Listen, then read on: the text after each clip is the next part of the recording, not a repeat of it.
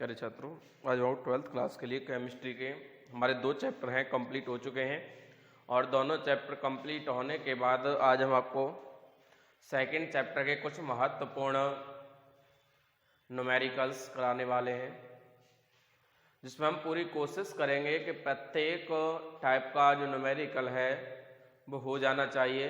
कुछ न्यूमेरिकल्स में आपको साथ ही साथ डेफिनेशन के साथ साथ उदाहरण के रूप में करा चुका हूँ। बाकी और जो आगे न्यूमेरिकल्स हैं उनमें से मैं कोशिश करूँगा कि जितने भी महत्वपूर्ण क्वेश्चंस हैं वो आपको कराए जाए। फिर भी यदि किसी क्वेश्चन में कोई समस्या है तो हमें कमेंट करके बताएं, जिससे आपको उसका सॉल्यूशन मिल सके। देखिए, पहला ये हमारा सेकंड चैप्टर का 5th क्वेश्चन है। ग्लूकोज का एक जलीय विलयन 10% है, यानी ग्लूकोज जो एक जलीय विलयन है, टोटल विलयन का 10% क्या है, ग्लूकोज है। विलयन की मोललता, विलयन के प्रत्येक मोल का मोल अंश और विलयन के घनत्व हमें दिया हुआ है, तो मोललता भी ज्ञात करनी है।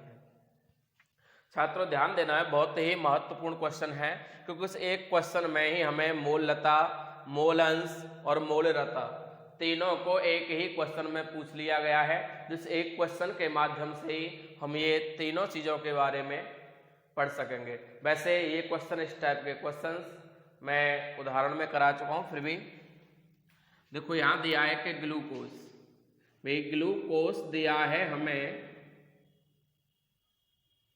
10%, माना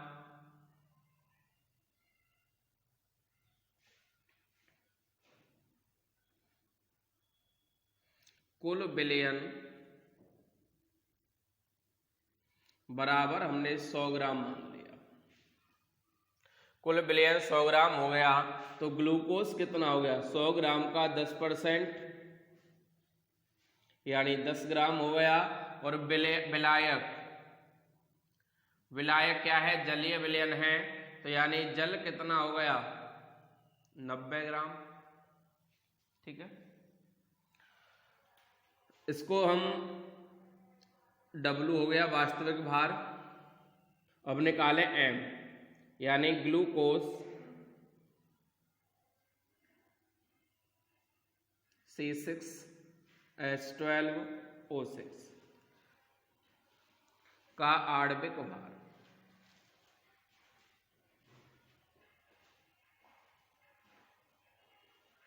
देखो ये होता है 180। देख लें, देखो कार्बन का होता है 12 गुणा के 6 प्लस हाइड्रोजन का होता है 1 गुणा के 12, ऑक्सीजन का होता है 16 गुणा के 6। 12 छिंग 72 प्लस 12 एकन 12, 16 छिक्के 96, ये आ गया हमारा 84 और 96 180। ठीक है, तो अब हमें M का मान आ गया, तो पहले हमें निकालना है मोललता। तो मोललता के लिए होता है विलेय के मोलों की संख्या वटे विलायक का आयतन द्रव्यमान किलोग्राम में। तो यानी इसके जो द्रव्यमान है इसको किलोग्राम में बदलें तो आ जाएगा 0.090 किलोग्राम। ठीक है, तो उसी प्रकार से हमें मोललता के लिए पहले निकालना है मोलों की संख्या। तो हम यहां निकाल लेते हैं ग्लूकोज के मोलों की संख्या बराबर सूत्र होता है W/M, यानी वास्तविक भार वटे आणविक भार। तो ग्लूकोज के मोलों की संख्या N बराबर आ जाएगा W/M। W कितना है, 10, M कितना आया, 180, बराबर 0 से 0 1/18 आ गया। और इसे हम आगे करेंगे तो यह आ जाएगा ग्लूकोज के मोलों की संख्या के बाद अब हमें मोललता निकालनी है। मोललता बराबर होता है विलेय यानी ग्लूकोज के मोलों की संख्या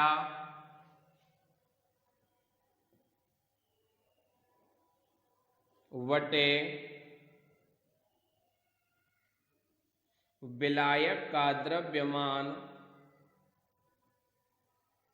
किलोग्राम में। छात्रों, तो हमें पहले निकालनी है मोललता, और मोललता के बाद मोलंश, और फिर हमें इसकी मोलरता भी निकालनी है। तो इन सभी के बाद हमारे एक ही क्वेश्चन में तीनों चीजें आ जाएंगी, मोलरता भी आ जाएगी, मोललता भी आ जाएगी, और मोल अंश या मोल प्रभाज भी आ जाएगा। तो विलेय के मोलों की संख्या कितनी है? 1/18, या इसको पॉइंट में चेंज करें तो 0.0555 ये आ जाएगी। तो यह आ गया विलेय के मोलों की संख्या, यानी 0.0555 वटे विलायक का द्रव्यमान किलोग्राम में 0.090। तो उसको तोड़ने के बाद भाग करने के पश्चात 1 2 3 4 संख्या बाद एक 0 और बढ़ा लें, तो देखो ये आ जाएगा पॉइंट से पॉइंट कैंसिल, यानी 555/900 अर्थात 0.617। ये हमारी आ गई क्या? मोललता। ये आ गई मोललता। अब हमें निकालना है मोल अंश या मोल प्रभास। तो मोल अंश या मोल प्रभास के लिए होता है विलेय का निकालेंगे तो विलेय के मोलों की संख्या वटे विलेय प्लस विलायक के मोलों की संख्या। और उसी प्रकार तो हमें यहाँ विलेय के मोलों की संख्या तो पता है, परंतु हमें विलायक के मोलों की संख्या ज्ञात करनी है। और विलायक है हमारा जल, विलायक H2O का आणविक भार होता है 18, यानी इसको हम WA मान लेते हैं, इसको MA, ये हो गया NA, इसको मान लेते हैं MB, और WB हमें दे ही रखा है 90 ग्राम। तो अब निकाल लेंगे हम NB बराबर हो जाएगा WB/MB। WB कितना है? 90 बटे MB कितना है? 18 पंजे 90। 5 मोल आ गए हमारे क्या? जल के मोलों की संख्या कितनी आ गई? 5 मोल। हमें निकालना है मोल प्रभाज। मोल प्रभाज का सूत्र होता है विलेय के मोलों की संख्या वटे विलेय के मोलों की संख्या प्लस विलायक के मोलों की संख्या। यानी हमें निकालना है XA, मोल प्रभाज को XA से डिनोट करते हैं, तो होता है Na/Na प्लस N। अब Na कितना आया था हमारा? 0.555 बटे Na 0.0555 प्लस NB कितना आया?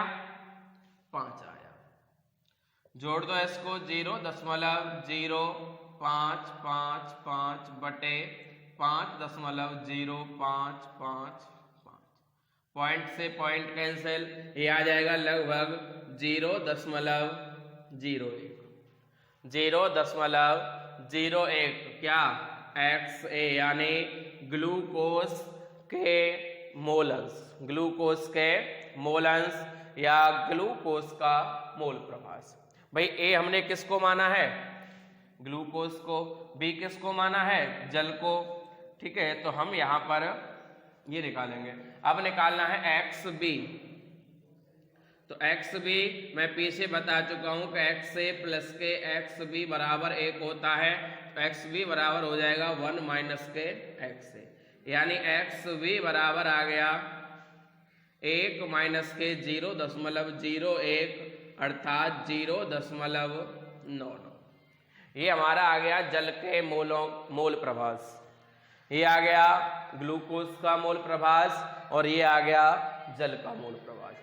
इसके अतिरिक्त देखो, आपको ज्ञात होगा कि हम यहाँ पर दो चीजें निकाल चुके हैं, एक तो मोल लता और एक मोल अंश या मोल प्रभास। अब हमें आगे अभी इसमें से मोल रता और निकालनी है। क्या निकालनी है? मोल रता निकालनी है। और मोल रता के लिए हमें विलयन का घनत्व दे रखा है।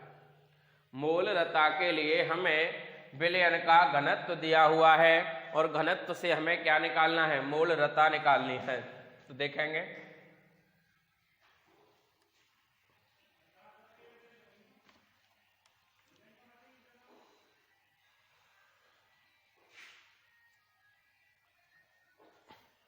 देखो यहां ध्यान दें भी, हमें विलयन का द्रव्यमान हमने अभी पीछे माना था 100 ग्राम और हमें घनत्व दे रखा है 1.2 ग्राम प्रति मिलीलीटर।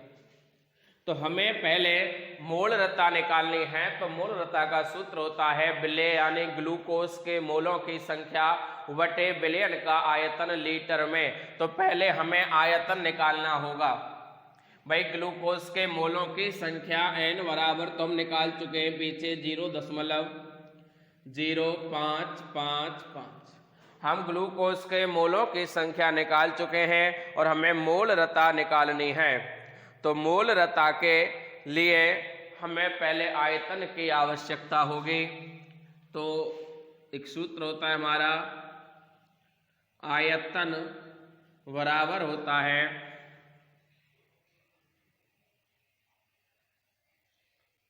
द्रव्यमान बटे घनत्व।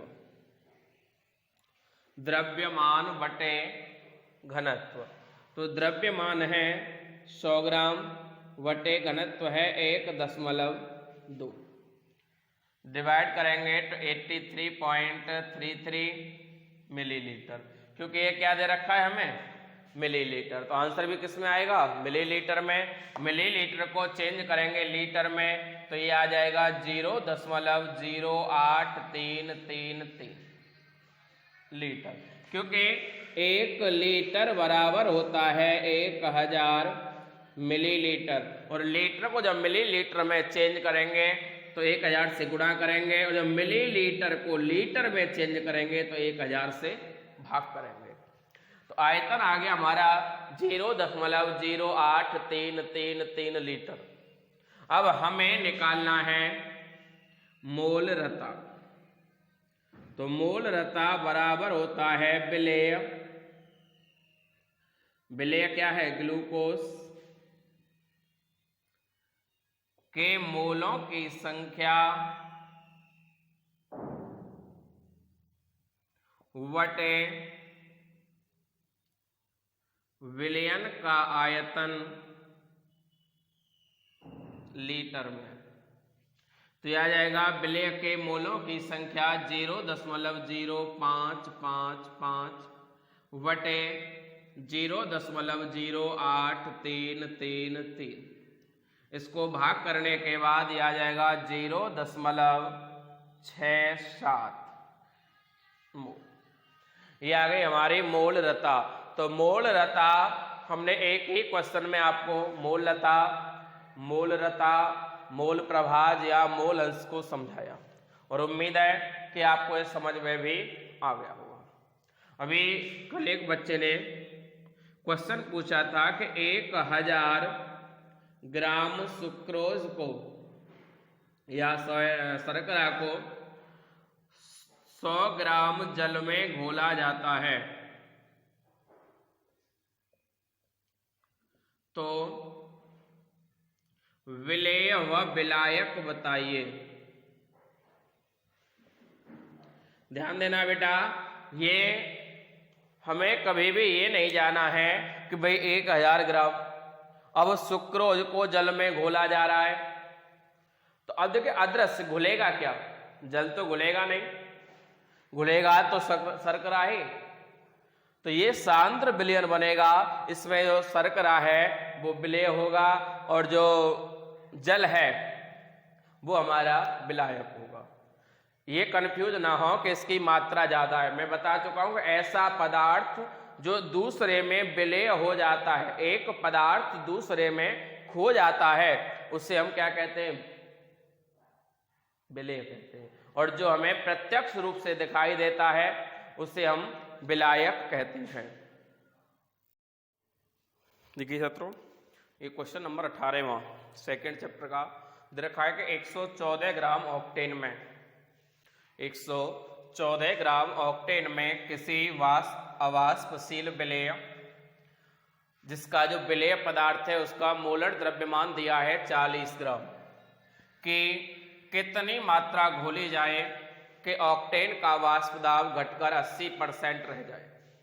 यानी देखो, वाष्प दाब घट रहा है, यदि वाष्प दाब घट रहा है तो इसे हम कहेंगे वाष्प दाब में आपेक्षिक अवनमन, वाष्प दाब में आपेक्षिक अवनमन। तो ध्यान दीजिए, 114 ग्राम ऑक्टेन हमें विलेय का आणविक भार यानी M ए कह दें, M1 कह दें, बराबर दिया है 40। माना विलेय की मात्रा या वास्तविक भार W हमें निकालना है, उसको W1 मान लिया हमने, जो कि हमें निकालना है। यानी ये कह रहा है कि कितनी मात्रा मिलाई जाए, किसकी? विलेय की। ये ग्राम प्रति मोल है, मोलर द्रव्यमान। अब ये कह रहा है कि इसमें कितनी मात्रा मिलाई जाए, तो जो मात्रा मिलाई जानी है उसको हमने W1 मान लिया, ठीक है। और या इसको WA मान लेते हैं, चलो, या X मान लो। क्या मान लिया हमने? विलेय की मात्रा मान ली X, जो मात्रा मिलाई जानी है। अब हमें ऑक्टेन, ऑक्टेन क्या होता है? ऑक्टेन सूत्र हो गया C8H18, वही ऑक्टेन हो गया एल्केन समूह का। और एल्केन समूह क्या होता है? कार्बन के जो परमाणु होते हैं उनसे हाइड्रोजन के परमाणु 2 गुने से 2 ज्यादा होते हैं, 8 दूनी 16 और 2 18, C8H18। ऑक्टेन की मात्रा यानी W2 बराबर दे रखा है 114 ग्राम, और ऑक्टेन का आणविक द्रव्यमान, आणविक द्रव्यमान M2 बराबर आ जाएगा। देखो, कार्बन का होता है 12 गुणा के 8 प्लस हाइड्रोजन का 1 गुणा के 18, 12 अट्ठे 96 प्लस 18 बराबर 114 मोल ग्राम प्रति मोल।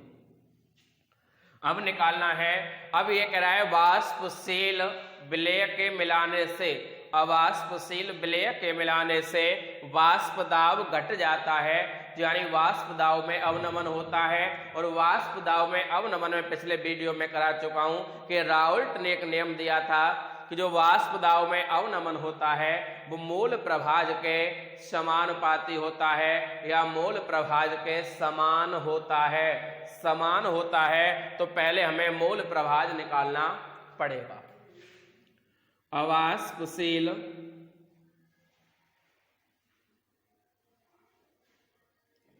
विलेय के मोलों की संख्या W/M हो जाएगी। तो W का मान हमने X माना, W1/M1 कितना है? 40। और ऑक्टेन के मोलों की संख्या, इसको हम N1 मान लेते हैं, ये आ जाएगी N2 बराबर 114/114। क्योंकि भाई यहां W2 का मान भी 114 दिया है और ऑक्टेन का अणु भार भी कितना आया? 114। तो ये आ गया हमारा 8 यानी N2। अब हमें X2 निकालना है, तो यह आ जाएगा x1 सॉरी विलेय के लिए, तो यह आ जाएगा n1 upon n1 plus n2। ये मोल प्रवाह के लिए सूत्र होता है। वही राउल्ट का नियम यही तो कहता है कि जो वाष्प दाब में अवनमन है वो किसके समान होता है, वो होता है मूल प्रभास के या मूल अंश के। तो n1 हो गया W/40 बटे W/40 प्लस 1। हम आगे बात करें, ये कह रहा है कि ऑक्टेन का वाष्प दाब घटकर 80% रह जाए। माना प्रारंभिक वाष्प दाब या कहें विलायक का वाष्प दाब बराबर P0 है, तब विलयन का वाष्प दाब कितना रह जाएगा,